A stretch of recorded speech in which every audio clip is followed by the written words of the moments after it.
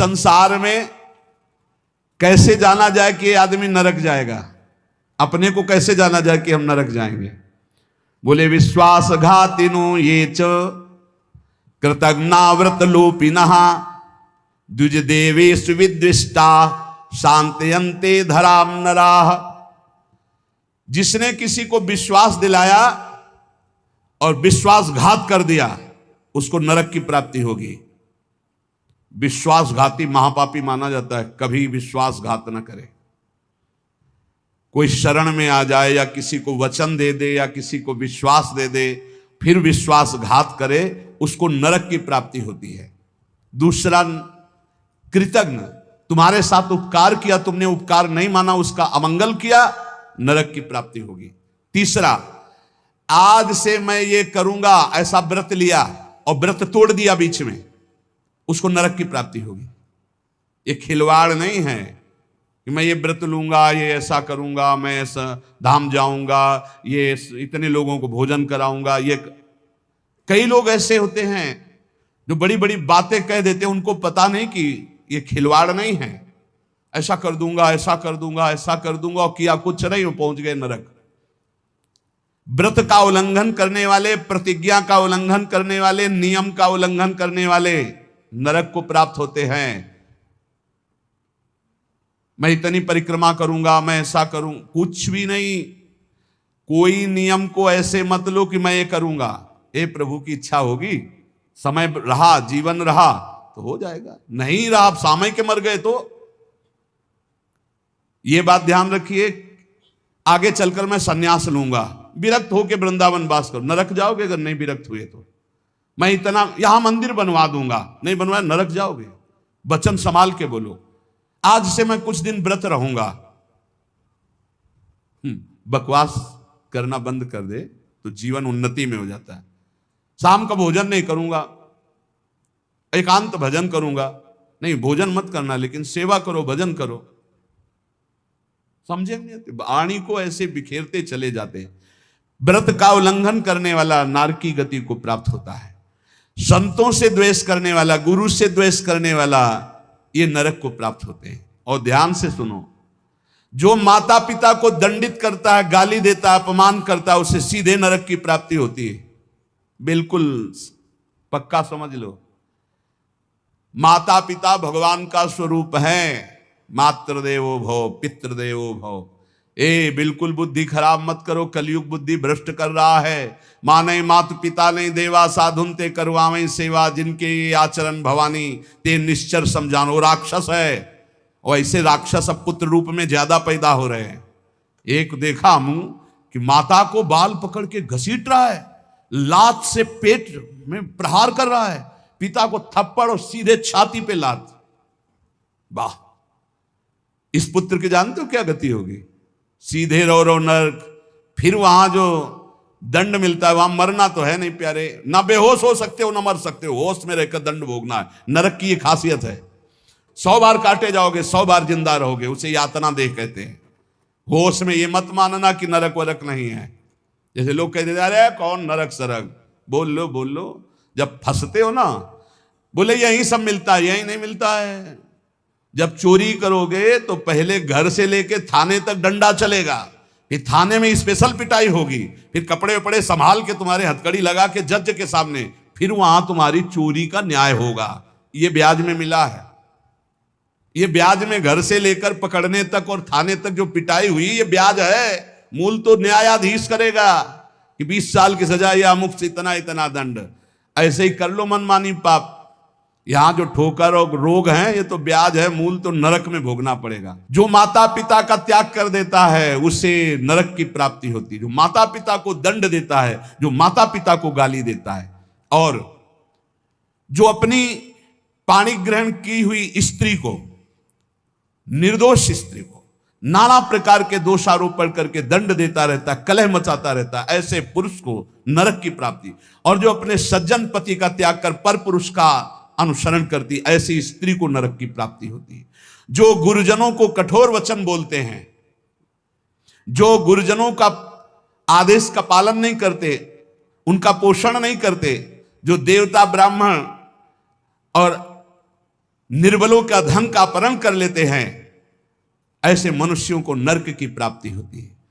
जो मदिरा पान करते हैं, सुन लीजिए, ये चे मध्य रता पापा द्वित कर्म रतास तथा।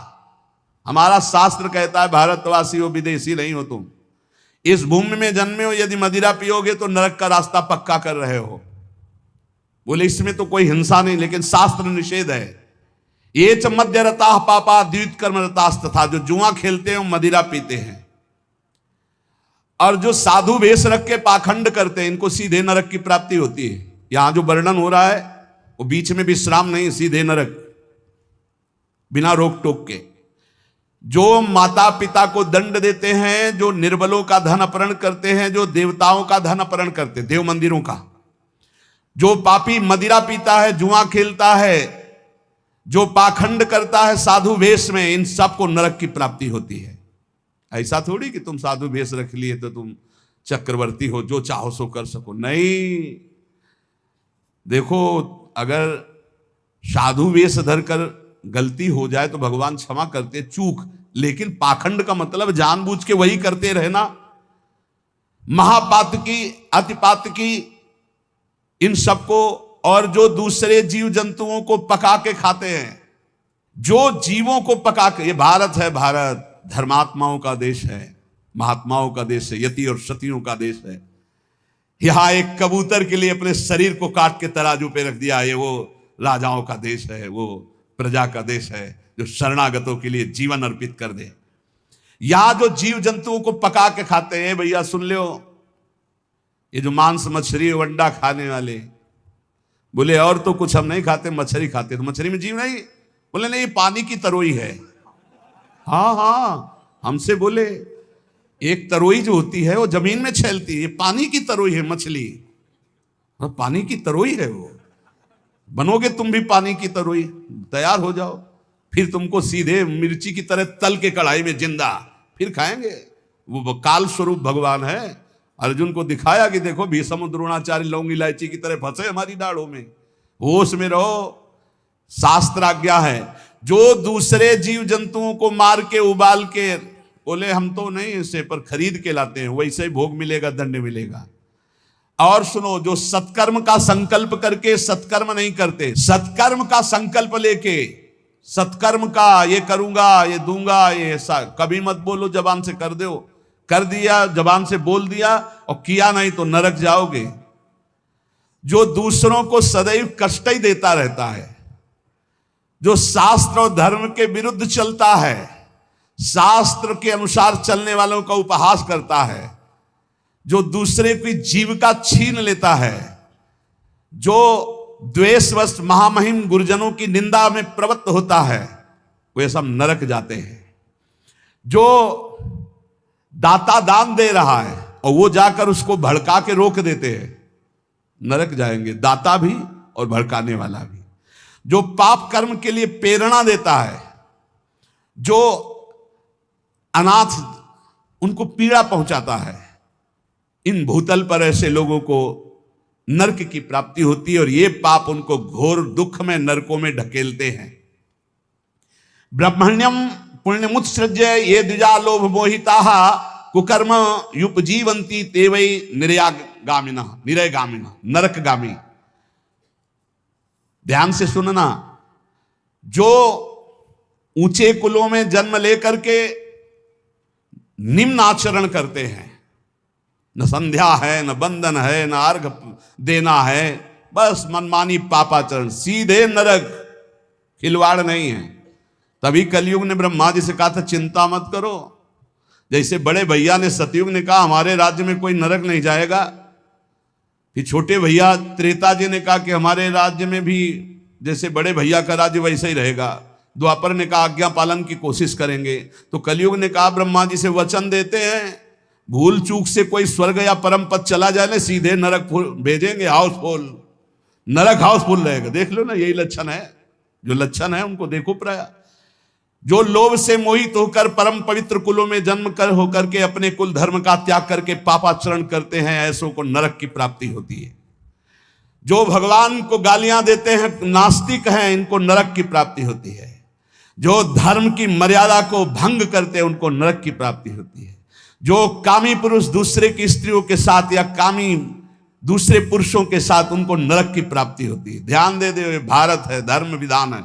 अब आप कह दो कि नहीं कानून नहीं, ये कानून, ये भागवतिक कानून है, भगवान का बनाया हुआ है, तुम्हें भोगना पड़ेगा।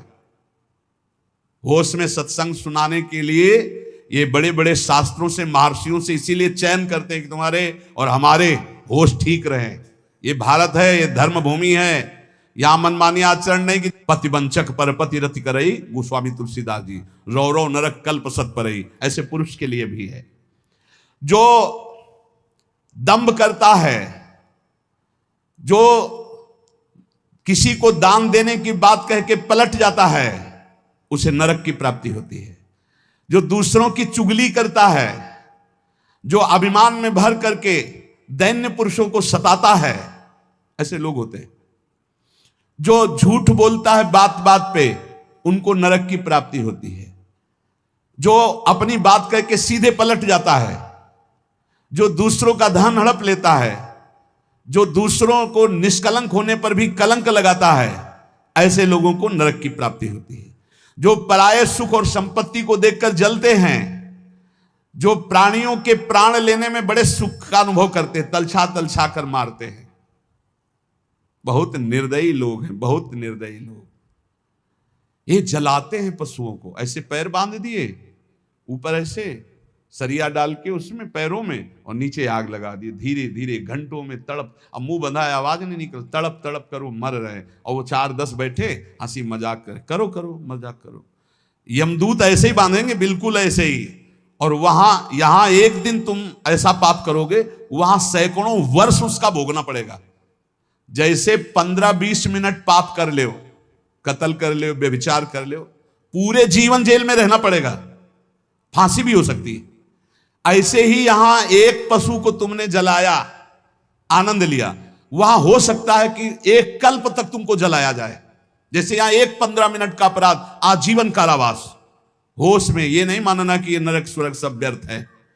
जो लोग पराई स्त्री को फुसला के फंसा के दुराचार करते हैं, मार देते हैं, जो लोग कुआं, बगीचा, पोखरा, पौशाला, इन स्थानों को अपवित्र करते हैं व्यभिचार के द्वारा, मलमूत्र त्याग के, मान लो पानी है, पानी में मलमूत्र करना, पानी में व्यभिचार करना, पानी, ऐसों को सीधे नरक मिलता है, सीधे नरक। पोखरे में, कुएं में, बगीचे में जो अपवित्र आचरण करते हैं, उनको नरक की प्राप्ति होती है। जो देव स्थानों में दी गई जमीन संपत्ति को हड़प लेते हैं, जो बच्चों को चुरा लेते हैं, शिशु बच्चों को चुरा कर बेचना, या जो अतिथि को भोजन दिए बिना स्वयं भोजन कर लेते हैं, ऐसे लोगों को नरक की प्राप्ति होती है। जो सन्यास का संकल्प लेकर फिर सन्यास आश्रम को कलंकित करते हैं, जो मित्र भाव करके दगा दे देते हैं, ऐसे जितने पुरुष बताए गए, ये सब के सब नरकगामी होते हैं। इसलिए हम श्री भगवान का आश्रय लेकर नाम जप करते हुए सुधार करें, हमको नरक न जाना पड़े, इसी जन्म में हमारी भगवत